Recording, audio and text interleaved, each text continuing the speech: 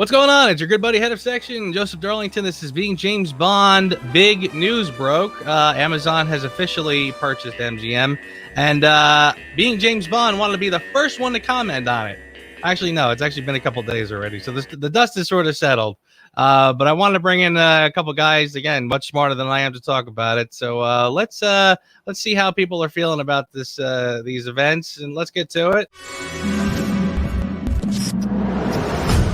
All right, gentlemen, here we are. What's going on? Welcome, Jack Lugo and Bill Koenig. How are you guys? Doing great. I'm doing well. How are you doing, Joe? I am doing good. Before we get going, Bill, happy birthday, my friend. I know that today is your birthday, so thank you for taking time out to join us. Happy birthday, Bill. Thanks for having me. There's actually a lot of karma associated with my birthday, including the filming of the Man with the Golden Gun car jump on June 1st, 1974. Oh, that's right. Oh, interesting. Very cool. Okay. And other things, but that's the most appropriate to mention here. Bill also shares a birthday with Tom Holland, which I didn't even know. I'm old enough to be his father. Not that I am, but yeah. All right. Well, very cool. All right. So, gentlemen, like I said, this is it's been a very eventful week. It was a little frustrating for me because I was away from my desk when the news officially broke. But this is kind of nice. We've had a couple days to let it simmer and certainly talk about it at great length. And I know you guys have done several podcasts already talking about this very subject. So before we even get into the nuts and bolts of it, I'm curious, what's been the general response? How do you feel that people have been reacting? Is this a great thing? We're finally going to get a plethora of James Bond. Is it terror? We finally sold out to big tech, etc. Jack, what's it been for you? How's the general tenor of people? Okay, well, I mean, I think most people I've been following, there've been mixed reactions, but I think also there's been a lot of misunderstanding because a lot of people will come out and say, "Well, Amazon now owns MGM," and that's not true. Obviously, the process has begun, and the whole deal is subject to a regulatory review. So Amazon doesn't currently own MGM as of today. It may not happen, might not be finalized for months. So as of today, nothing has really changed. But I think in terms of the actual deal and like the prospect of Amazon selling, acquiring MGM, it's been mixed. I think I've seen Bond fans who are excited about it because they think maybe they could pressure Eon to sort of do more with the Bond franchise. And then obviously I've seen fans be apprehensive about it because they're concerned that Amazon would influence Bond in a negative way. So it's been mixed. It's been kind of like 50-50, hasn't been one sort of unanimous kind of perspective. So more or less down the middle, you think? Yeah, down the middle. Okay. Yeah, and I would also say that I think it's a strong possibility that Amazon will not yet own MGM by the time, assuming that No Time to Die makes its current release date, which is just under 4 months in the UK, September 30th in the UK, October 8th in the US.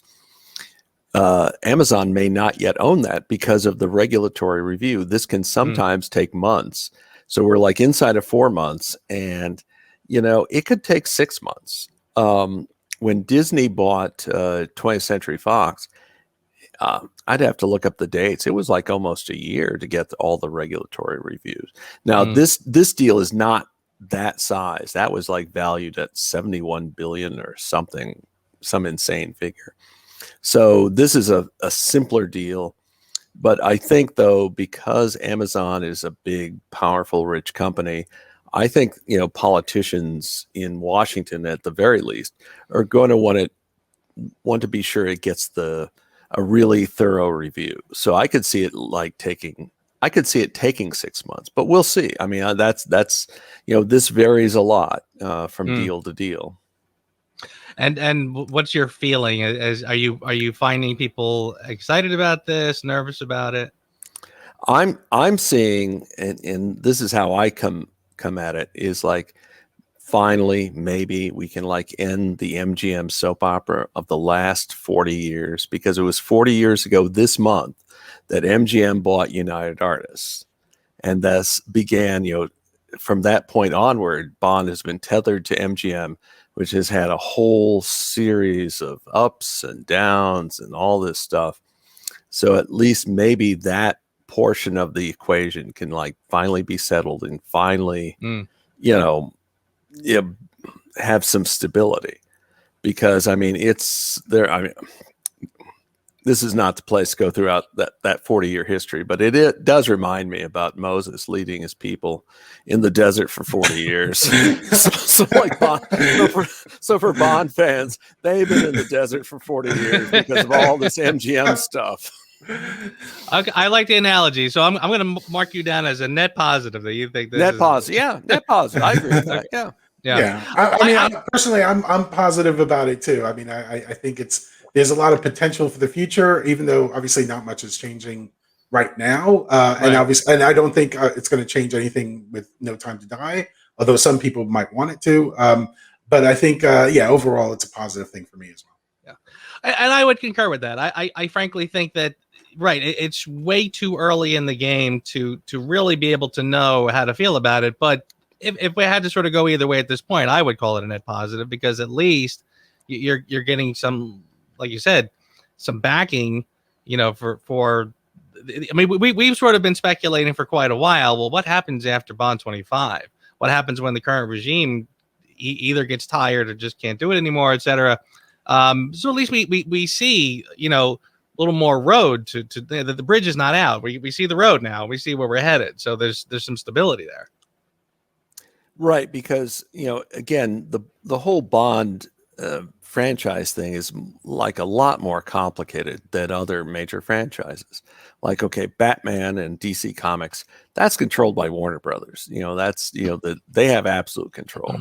Like with assuming the Amazon deal goes through with the regulators, like, okay, Amazon will have the power of the purse, and that's a significant power, but it's not absolute power. Because Dan, Jack, and Eon, they also have 50% control of the franchise, and they have like a lot of, if not absolute creative control and marketing control. So, it's just a more complicated situation than other major franchises. So now you have Amazon supplementing, again, assuming the deal goes through, MGM's weird, hedge fund ownership. But I think Amazon's acquisition is more of a deal for the future rather than the, here and now. Okay. Now, and so I guess that is the next logical question is the question of control and who's going to control things. And I'm finding myself with a foot in both camps, because I know a lot of people have said that Eon still has complete creative control. They still have, they control X amount of decision making, et cetera, et cetera. And that all sounds fine. And then there's the other part of me that says, okay, look, Amazon isn't just going to sit there and say, hey, we just spent more money on MGM than Disney spent on Lucasfilm. We didn't pay all this money to sit there and watch you guys just relax and take your time and put out a movie whenever you please. So it's at some point there has to be some sort of push and pull, et cetera. How do you see that starting to play out? Jack, what do you think? Okay, well, as you know, and as most Bond fans already know, there was a New York Times piece put out this weekend, and it was published, and John Logan wrote it. And I feel like maybe obviously I don't know, but there could have been that could have been like Eon sort of back channeling John Logan to sort of respond to any kind of pressure, or Amazon sort of the idea that Amazon will sort of pressure them to sort of create more content more frequently, or to expand the franchise, which is something we've been talking about for a while now. Because obviously, as you just said, they just spent this amount of money, which is obviously more than what most people would have valued MGM to be really worth. I mean, $9 billion is more than I think it's especially since you don't have total control of Bond. After spending that money, it's kind of dubious to sort of spend that much more money without expecting something in return. So John Logan wrote this piece over the weekend that was published, and he's for anyone who doesn't already know, he was one of the screenwriters for Skyfall and for Spectre, he basically sort of reiterated that obviously Eon has the creative control, and he basically said, sort of made some of the points that a lot of Bond fans have been making about how Amazon being a corporate entity, that they basically they can dilute the James Bond franchise. Is a danger of that, and he shared a lot of concerns, but there were parts of that essay that I think felt disingenuous, and I was talking to Bill about it. The one thing that struck me right away at the very first sentence is, well, let me just pull it up real quick. The very first sentence is, so Amazon now owns 50% of 007, which is not true. Now, being as of today, Amazon does not own 50% of 007. They have not acquired MGM until the regulatory review process has been finalized. So, right away you have something that's sort of a mistruth. And then I like, obviously he makes all the points that I think Eon would have wanted him to make, which makes me suspect that maybe, in a way Eon might have sort of through back channels sort of said, this is kind of the point we want to get across the public about the Bond franchise, and this is what we want Bond fans to believe. They're very good at that. They're very good. Very good at telling the fans what they want them to sort of think about developments and all that stuff. Right. And I would say that, like yesterday when that piece got published on the New York Times website, I was with a friend, and we were having we were golfing anyway, so like my phone was blowing up about John Logan. And so like it wasn't until I was done golfing that I had a chance to get home and like take a look at it.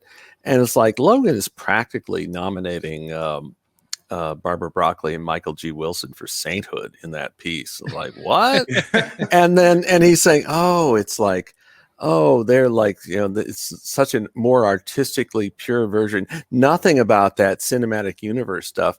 Like, whoa, John, wait a minute. You were involved with Spectre that like retconned, all the stuff. So like all the Craig films are now interconnected because, like, remember kids, back in November 2011, when they were getting ready to film Skyfall, they had that press conference and Sam Mendes got asked, does this have anything to do with the last two movies? No, has nothing to do with those two movies. But then later when they did Spectre, suddenly it does. and so they're like taking the Marvel model, but like they don't want to admit that, but that's what they were doing.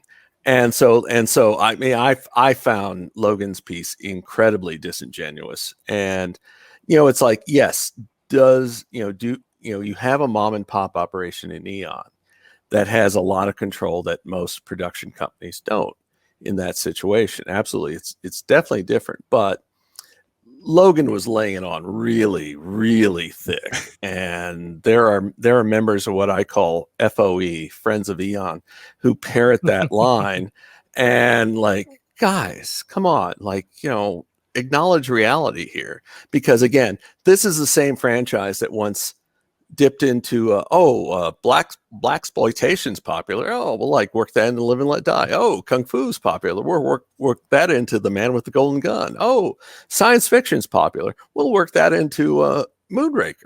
And we'll put in the Tarzan yell in Octopussy. And we'll put in a Beach Boys song in A View to a Kill. So it's like, it's not like the Bond franchise is like pure when it comes to an artistic standpoint. Yeah, they're not the paragons of virtue that they would want Bond fans to believe, but there are Bond fans who sort of swallow that, hook, line, and sinker. So it's kind of hard to argue with people when it comes to that. They're But kind of they're kind of like that politician who's not as good as PR as he thinks he is, kind of thing. Yes. Yeah. Yeah. They think they're dazzling us with their BS, and it's like, guys, just don't do that. Right. yeah, And just be clear, like, I'm a big James Bond fan. I've been a Bond fan since I was Course. 7 years old. So it's like, okay, it's like, but I don't swallow everything hook, line, and sinker, like Jack said. Like, come on. Mm. Yeah, and then the one line, the other line that struck me was it was kind of like sticking your nose up at DC and Marvel, as if like, well, James Bond isn't just another franchise like one of those, and it's like, well, they're incredibly successful for a reason, and they put out more films, and they obviously they're great box office records. Those are all things that you would think people involved in the Bond franchise would want. And obviously, when it comes to creative control, yes, there's a legitimate argument to be made that you want Bond not to be diluted. You want it to still have an edge. You want to take risks, and obviously we applaud that. But at the same time, Eon, when they sort of do that at their own leisure, like they don't exactly, like and to their credit, obviously, John Logan described that whole sequence with Silva in that article where there was that homoerotic sequence where Silva at first sort of tries to seduce Bond, although it's very brief. And then obviously he makes the point of, oh well, Barbara and Michael were sort of let us do that, and there was no focus groups, there was no kind of like oh, this isn't gonna go well with the test audiences and all that stuff. They just let us do that. So yeah, that's a good example. But then there are other things like the Blofeld stepbrother connection that maybe they shouldn't they should have reconsidered. So it's like yes, I mean it's not that I don't want to sort of make this sort of like we're bashing Eon, because obviously they do good work. I mean we all love the Bond franchise. We all love a lot of the things that they've done, but they're not perfect. That's the whole point. Right. And I made this comment to Jack in a text message before we recorded. I said, like, Logan was essentially like throwing stones from a glass house. Like, like John, John, read what you're saying. Like, remember this. I mean, because Bond and Blofeld become like Thor and Loki now. I mean, right. See, exactly. Yeah. So it's like, yeah. So let me kind of just, I want to get this out of the way. I feel like this is kind of like this nagging little question we're not being, none of us are being invited to the premiere for No Time to Die after this conversation. Right. Right. I was that close to getting invited, but probably not. Joe, you're locked in with us now. There you go. Barbara and Michael are going to have you on their shit list. Joe, I'm really disappointed how that video you had with Jack and Bill. I was so in before this, but now I'm out. Do you guys think it's gonna happen? I like a lot of what you're saying is predicated on the idea that nothing officially has happened yet. Is there any doubt in your mind that you think this will actually just see its way through and to completion? Well, just real quick. Anytime you have a big merger, there's three basic outcomes. One, it gets approved no matter how long it takes. Two, it gets approved, but there's some adjustments. Well, you should sell off this unit or that unit. Or three, it gets rejected. Personally, I think it's going to go through. It may take longer than MGM would like, than Amazon would like. Part of it, I think, is because Amazon's a big, powerful company, and there's in Washington, on both sides of the political spectrum, there's a feeling like tech companies, and Amazon's considered a tech company, have kind of had their way for a long time. So I think it's going to get like a really thorough review, but in the end, I think it will pass. But like I said, whether it gets passed before No Time to Die comes out, assuming it makes the current release date, maybe not. Mm-hmm. Jack, what do you think? I agree with Bill there. I mean, I think it's gonna probably be approved. I don't really have any doubts about that. But the how quickly it gets approved is up Hmm. for debate. And like we mentioned before, I don't think the release of No Time to Die is going to change. Where things could get interesting is if for whatever reason No Time to Die gets delayed once again, which obviously it's not outside the realm of possibility. I mean, I know things are improving with the vaccine, and we're getting sort of more vaccines out there, and theaters are now opening up, and I think AMC just declared you don't have to wear a mask in the theater anymore if you're vaccinated.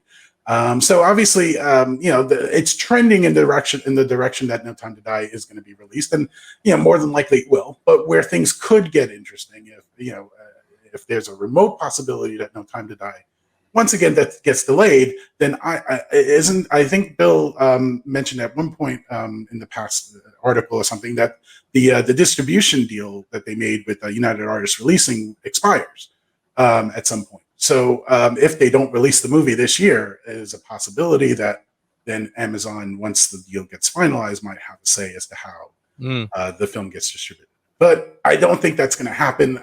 That's just like a shot in the dark kind of theory, Right. speculation. Let me ask you this: looking further down the road, we're post Bond 25. We again, Barbara and Michael may want to make another one. They may not. They may decide this is as good a time as any to call it quits. Do you think we would end up having sort of a George Lucas style press conference where he says, I'm so happy to be selling to these people who I know are going to be good stewards of the brand. Do you see something like that down the road where Barbara Michaels they're just thrilled that such a good company like Amazon is going to be the steward of James Bond going forward, and we have complete faith that they're going to take care of our product, et cetera, et cetera?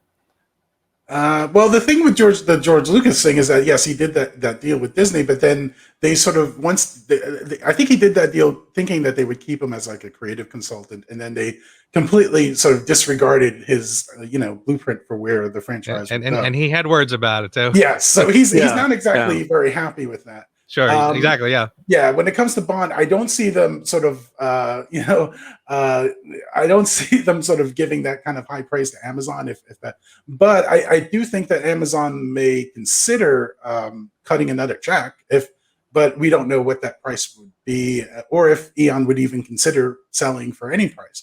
So it's a thing to think about because obviously, Barbara and Michael are getting older. And I know, there's Greg Wilson and, there's the next generation, but, at some point, obviously I think, Bill has brought this up as well that, Cubby considered selling Bond at one point in the mid 90s, during that whole thing before GoldenEye, when they had the problems with the studio and they couldn't get the Bond film made, he was considering selling. So it's not out and out, it's not, I wouldn't rule out the possibility that Eon would accept some kind of offer if Amazon were to name the right price. I just, obviously that's all up in the air. Yeah, I agree. It's really hard to tell. I mean, because Star Wars fans could never imagine George Lucas selling, and then suddenly here comes Disney and says, "We'll give you $4 billion, $2 billion in cash, and $2 billion Disney stock." Sold. Now he regretted it later, but they still sold it. And like Jack said, I think it was like around 91 or 2, Cubby Broccoli did put Dan, Jack, and Eon up for sale. That was the story was, well, we're doing it for estate planning reasons, but yeah, it did happen. And like a lot of there are some Bond fans who pretend or want to pretend it never happened. And I've seen some people deny, but like, no, it happened. It was like, it was written up on all the major financial press. I remember reading about it in the Wall Street Journal. And it was like, it wasn't like sources say, it was like, it was all out in the open. They were indeed putting it up for sale. Now they took it off the market, but yeah, so it's happened once. So I guess, so I guess part of my thinking is that since Amazon has already plunked down all this money for MGM, I'm thinking if I'm Amazon, I'm saying, okay, when you guys are, I would almost venture to guess in the back of someone's mind, it's kind of a given at this point. When they're ready to be done, we'll just take it. And so yeah, it'll be another big check, I suppose. But I mean, if I'm Eon, is there any other move at this point than to just give the rest of it to Amazon and let them control it? Well, it It depends. was a clumsy way to ask my question, but you kind of get the idea. I mean, they might want to like say, no, we're not going to sell it. And we're, you know, it's like you have to deal with us. And so if that happens, then it becomes essentially negotiation.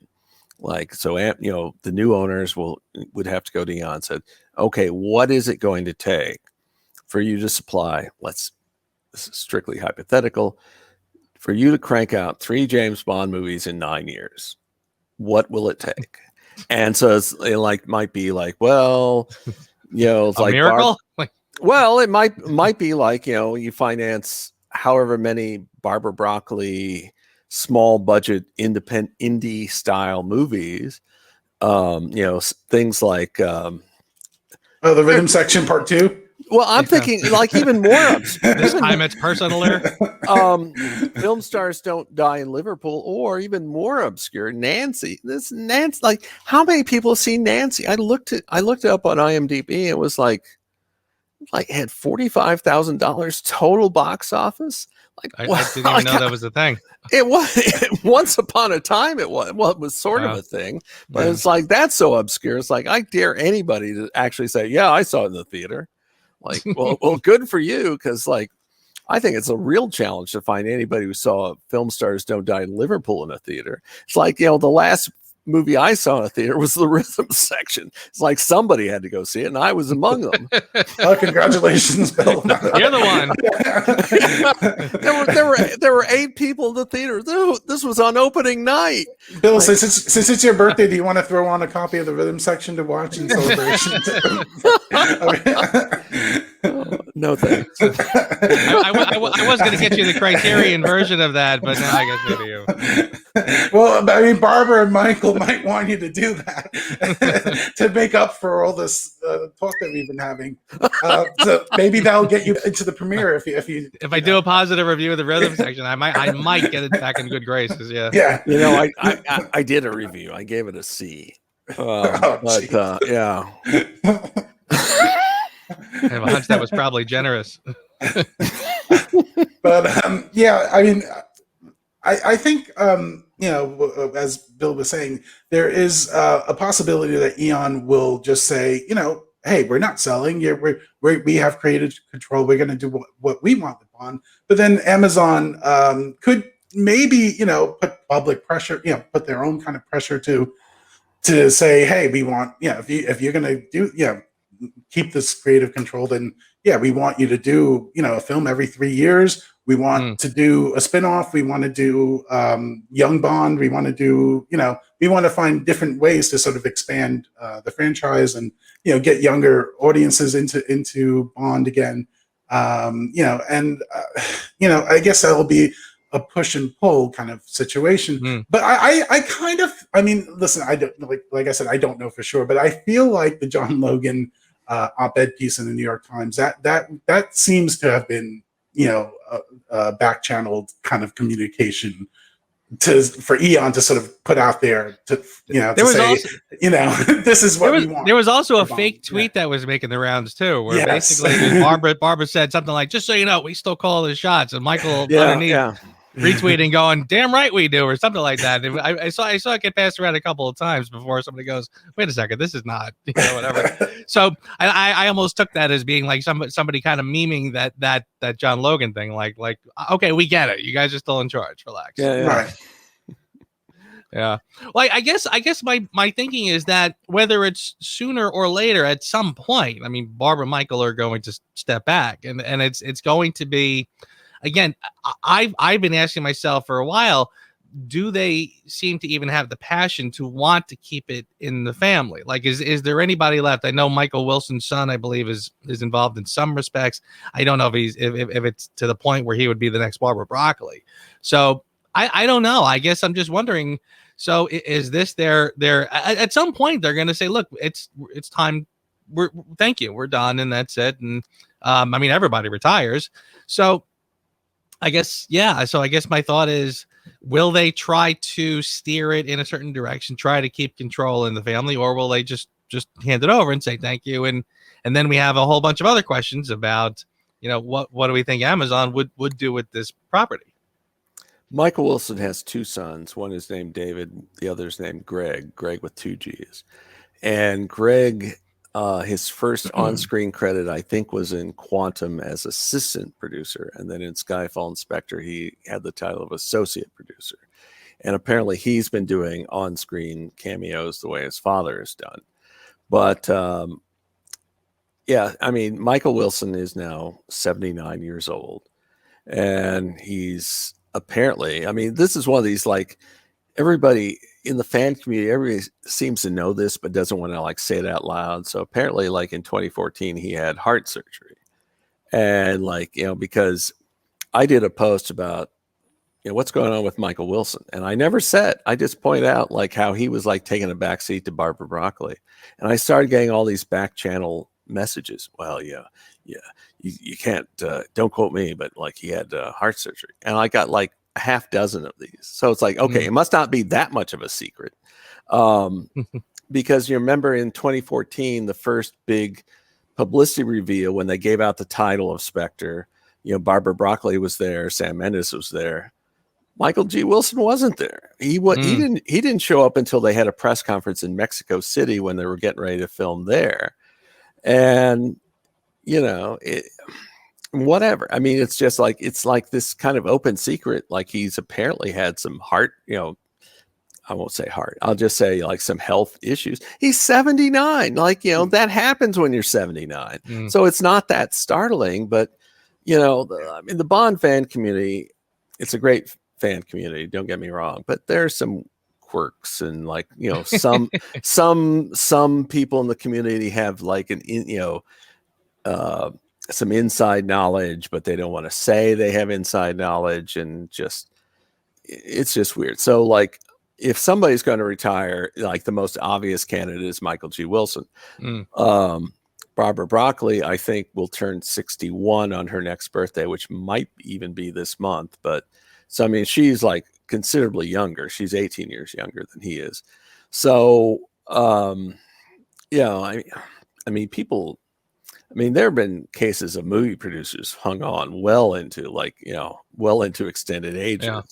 So I think what's interesting himself, obviously, what's interesting to me about Barbara, though, I think is for her, it's not going to be age. It might just be a matter of how passionate about doing Bond is she.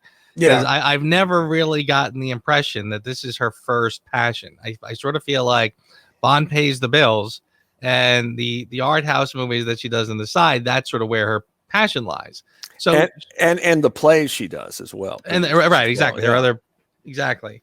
Yeah. So. And again, it's not to disparage her. See, I mean, it's funny because I've always sort of looked at the situation, anytime you've seen a company where someone, is the founder and the creator of a company, and then they hand it down to the children, the children sort of have like this kind of love-hate relationship.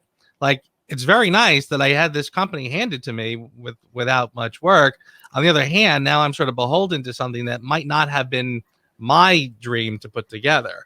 So I think Barbara Broccoli is sort of well within her right to say, I'm happy to do it. I was happy to be a steward, but I don't know if I want to do this forever.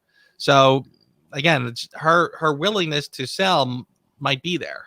Yeah, that's a very good point, Joe. I think definitely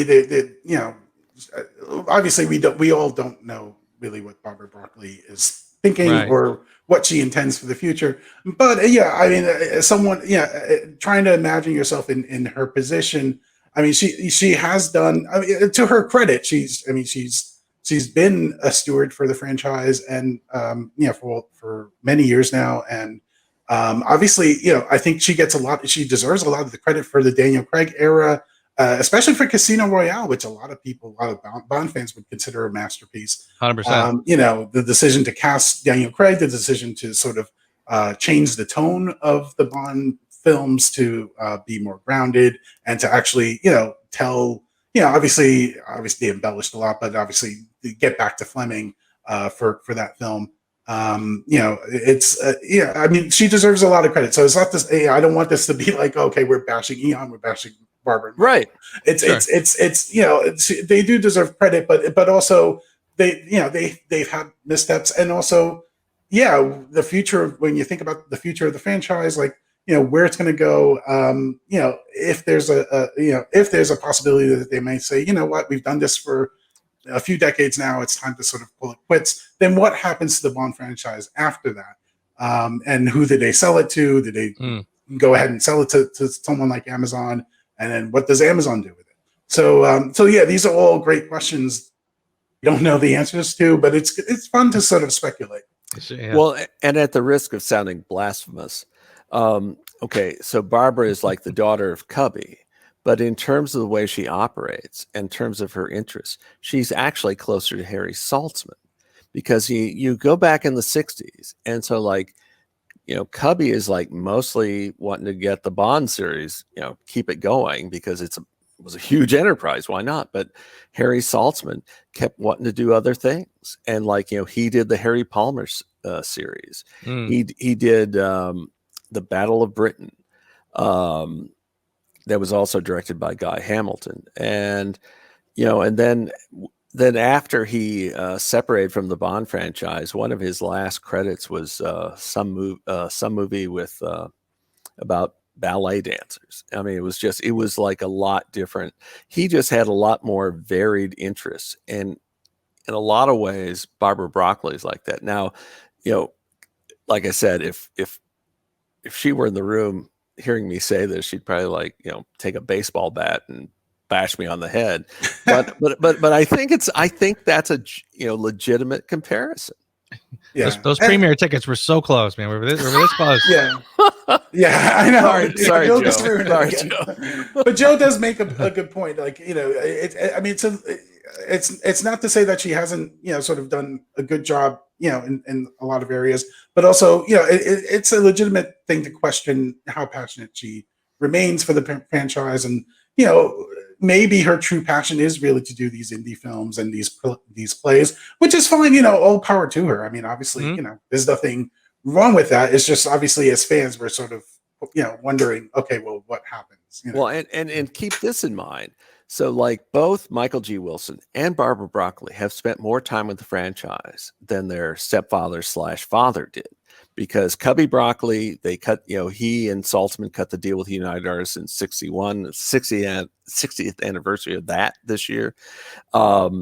And, so he was involved with Bond from 61 till his death in 96. That's 35 years. So, like, Michael G. Wilson, I'm not counting like little cameos. I'm talking about full-time employment.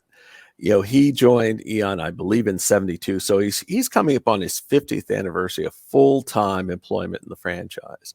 And then with Barbara Broccoli, she graduated college in 82 and then went straight into work on Octopussy.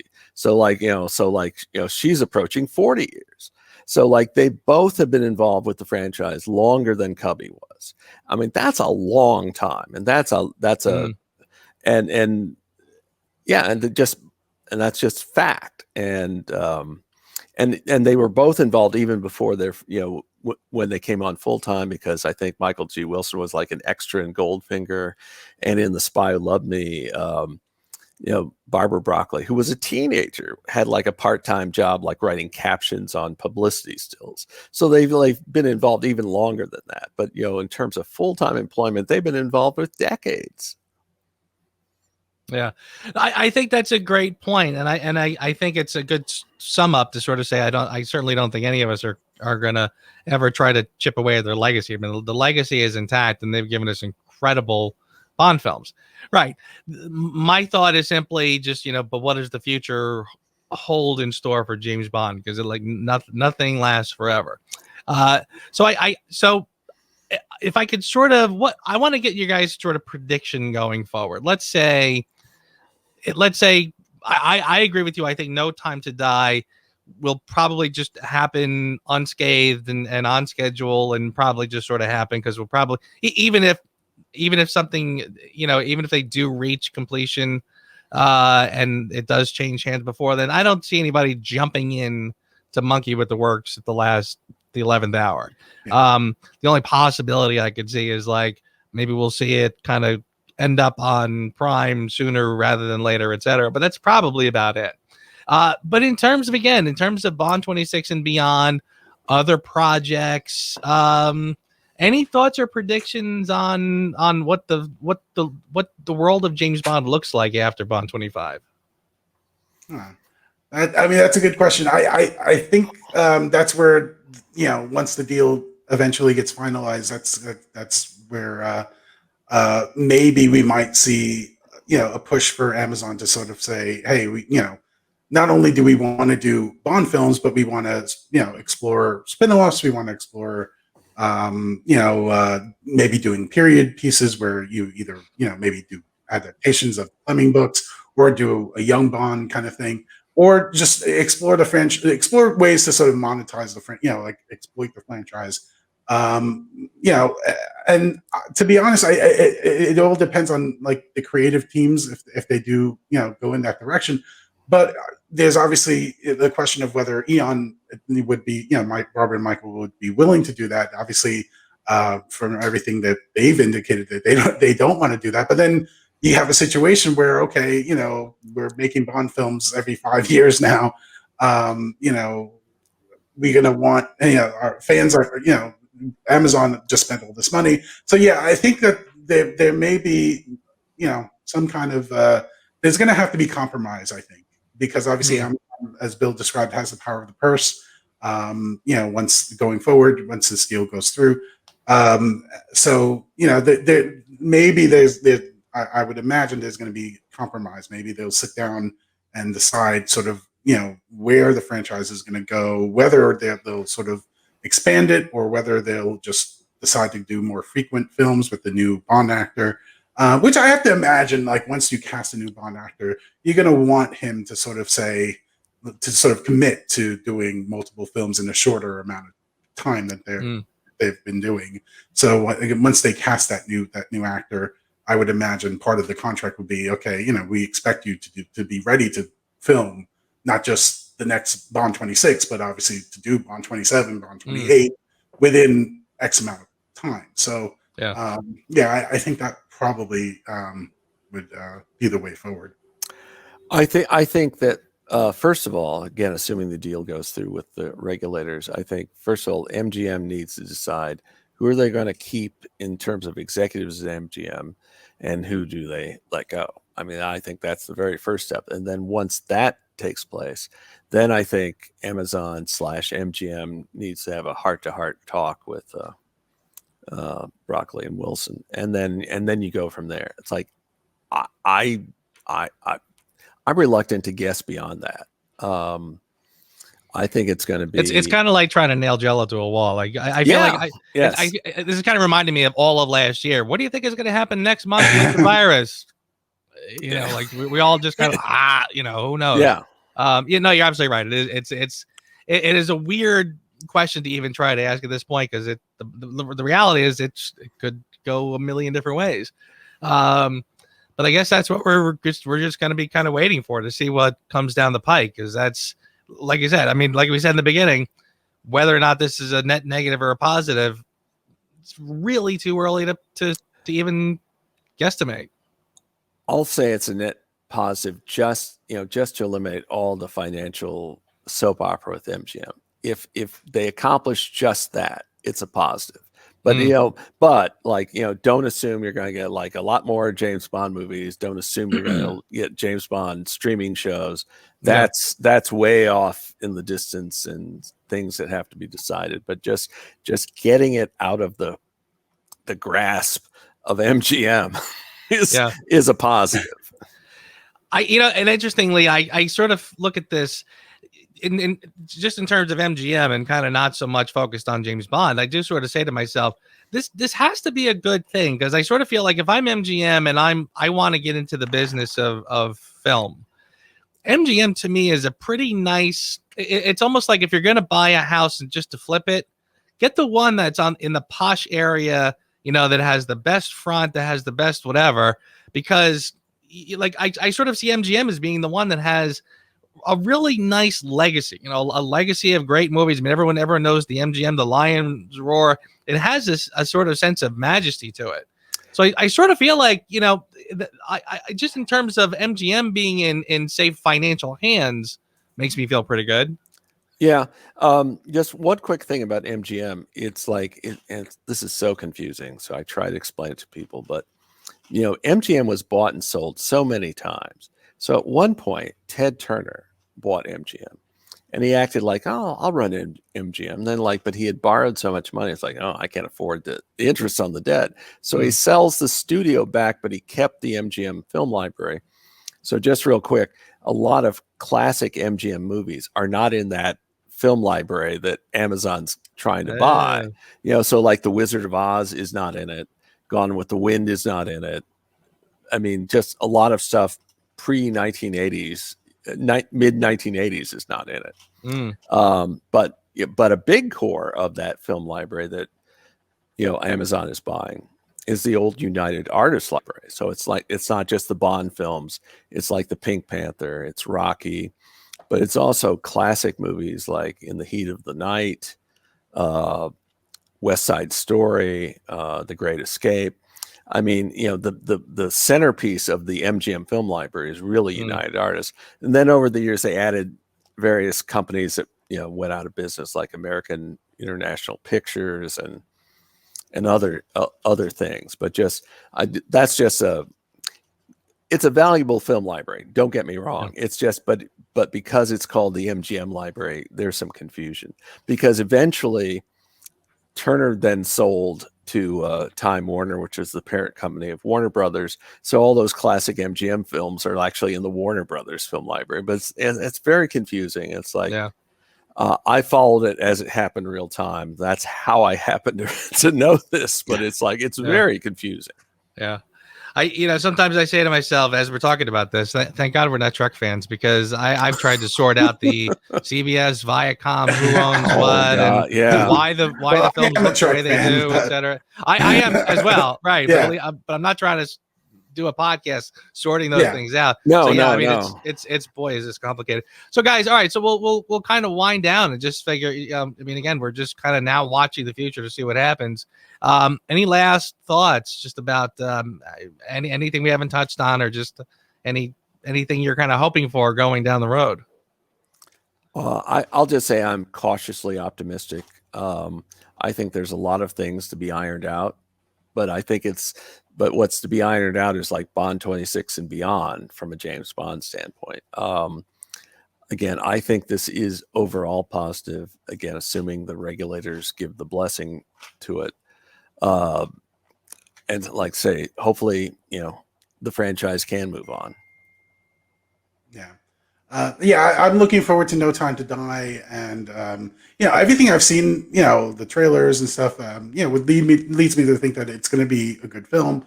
So I'm excited about that, and what goes beyond, I guess we'll obviously stay on top of it and see what happens. But I think it's a fun time to be a Bond fan. I mean, it's fun to sort of speculate what they're going to do, what can be done, and the sort of the debates we have in the Bond community. Those sometimes they get a bit frustrating, but for the most part they're fun. I mean, I think you have so it'll be fun to finally, once No Time to Die comes out, we'll all be talking about it, analyzing it, deconstructing it, and then going forward, wondering, okay, well, where do we go from here?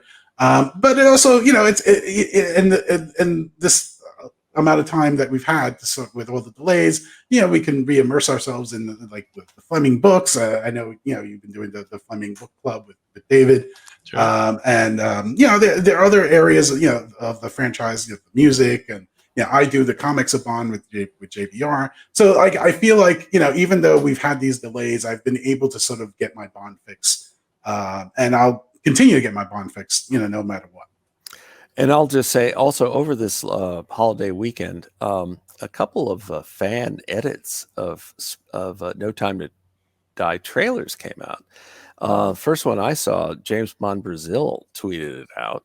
And then I looked at it, like it said unofficial, like what's unofficial mean? And then I finally had a chance to look at it. It's like it's a fan edit, but there were like a couple shots, a couple lines, not much more than that, but stuff I had not seen from previous official trailers. Like how'd they get their hands on that? Maybe there's been some international trailers that had some stuff we didn't see in the US, but for the first time in a while, I kind of started thinking about the movie again, just because I kind of had shut it off with all the delays. So it's like, that's interesting. So I'm starting to get interested in it again. I know exactly what you mean. I sort of find that I'm mildly struggling to get as excited for it as I have been, because I feel like once the mouse reaches that bar and gets shocked that many times, it's like you teach yourself not to get excited for it. So I'm kind of finding that I really have to sort of unlearn that now and get back into the idea. I'm pretty sure one way or another we're going to get something in October. So let's relax a little bit and fingers crossed. Yeah. Fingers crossed. Yeah. Yeah. All right, gentlemen. Thank you so much. I think this was tremendous. And this was exactly what I was sort of hoping for from you guys. So thank you for this. And let's do it again as we get a little closer and see what's coming down the pike and see if our optimism is justified. Sounds great. Thanks for having me, Joe. Thanks for having me on, Joe. And by the way, Jack Lugo, Bond and Banter, the podcast. Yes, I've been having a fun time, and if you're listening to this or watching this, it's basically I have every week I have a guest on. They impersonate a Bond character for the first segment of the interview. That's a Bond section, and then for the second segment of the interview, the character steps away and I interview my guest for real, and we talk a lot about Bond, obviously, but we also dive into other common areas of interest, and movies, books, TV, etc. And then we usually circle back to Bond. So it's a fun podcast if you have a sense of humor. And Bill has been a guest a few times on my show, on my podcast, and he's been great. He does a great Michael G. Wilson. So I mean, before we came on here, I'm pretty sure both of us are on the list of cannot go to the premiere of No Time to Die, because Bill and I have a lot of fun, and he does a great Michael G. Wilson. So the secret is Michael G. Wilson is actually imitating me. Yeah, there you go. Very good. And Bill, you're still going strong with the James Bond and Friends podcast, and your newsletter, which again, like I said, has been second to none in keeping up to date with the goings on of James Bond, the Spy Command newsletter. Everybody should be checking that out. Yeah, and because the Spy Command's a blog, but you can subscribe. Joe does, so he gets an email every time I post something.